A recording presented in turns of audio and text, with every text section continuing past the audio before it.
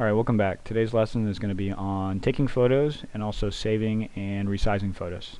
Okay, so here is the BPO photos folder that we saved previously. We have the address, back, front, gated, all your list comps, all your sold comps, your side street, and I also have the no pic or no photo icon there also. Okay, first thing we're going to do is I'm going to walk you through saving a comp photo. So this is a very nice house in Newport Beach, $5 million. I'm going to click here. I'm actually going to click inside the picture. The reason why I click inside the picture is because I want the largest possible picture to save. So I'm going to right click on the photo, save as, and in this instance I'm just going to save it as list comp 1. Now it says that this picture already exists. Do I want to replace it? You always say yes. And now this is going to be your list comp 1 photo. As you can see, it's saved there. The reason why you don't just right click here is because it's going to create a smaller image if you right click and save the smaller image. You always want to try to get the largest MLS picture available, and that's going to prevent any kickbacks. The QC department will kick back photos that are icon sized or very small. Okay, so that's the first part of that lesson. Second part of that lesson is going to be if it has a interior photo as the MLS photo.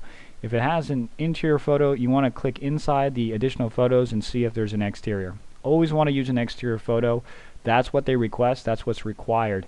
If you don't have one, you want to make notes in the comments section that let's say, for example, list comp 1 did not have a exterior photo.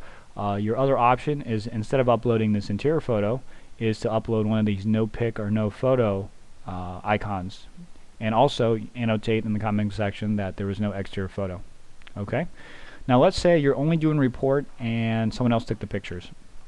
On the Glansky site you'll have what is completed photos. Okay, so I'm going to actually click in this one just to show you an example. If it says completed and someone uploaded photos, you'll get the photos to come up.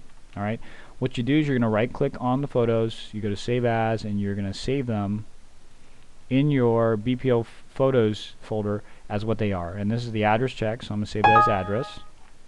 This is front, I'm going to save it as front.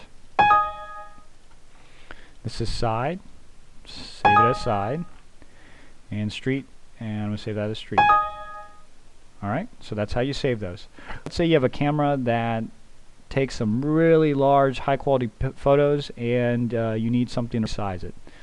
Well, that's when you go to let's see if I have it up here. You go to www.freeimageconverter.com/downloads.aspx. Okay, it'll come here. You're going to click on this download now icon and it will download the software for you. Okay, so I'm going to show you resizing right in front of you real quick here. I've already resized these photos, so it's going to give me an error, but I just want to walk you through it.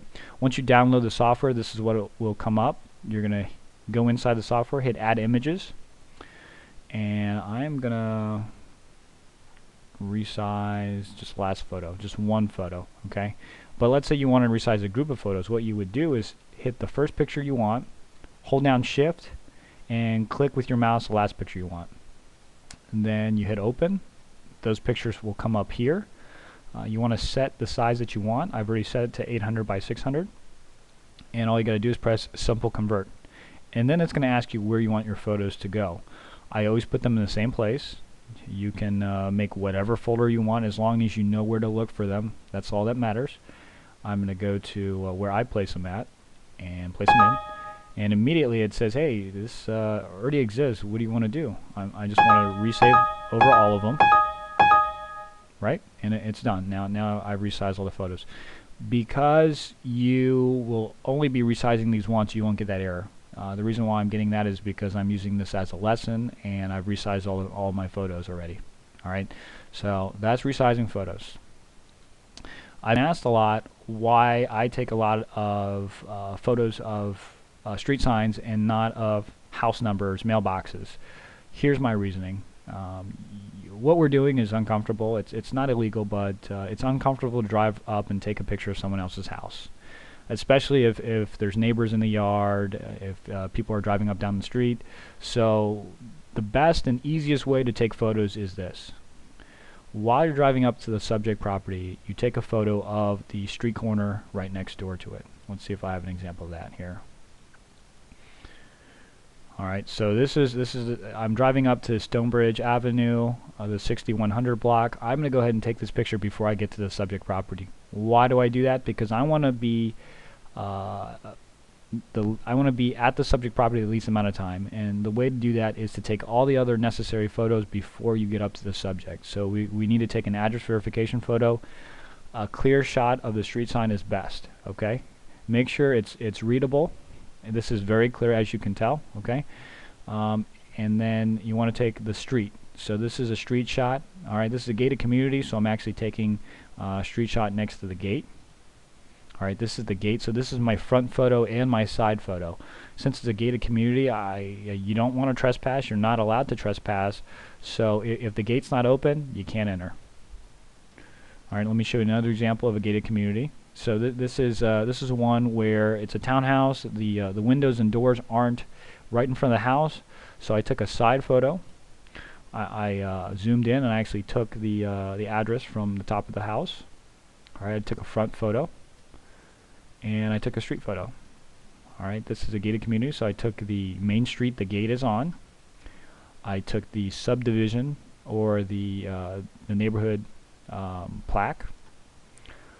This is a side photo, and this actually is a bad photo because the car is in the picture. You can't have your car in any of these pictures. This was a bad photo. I didn't use this one because you can't really see much here. Sun setting.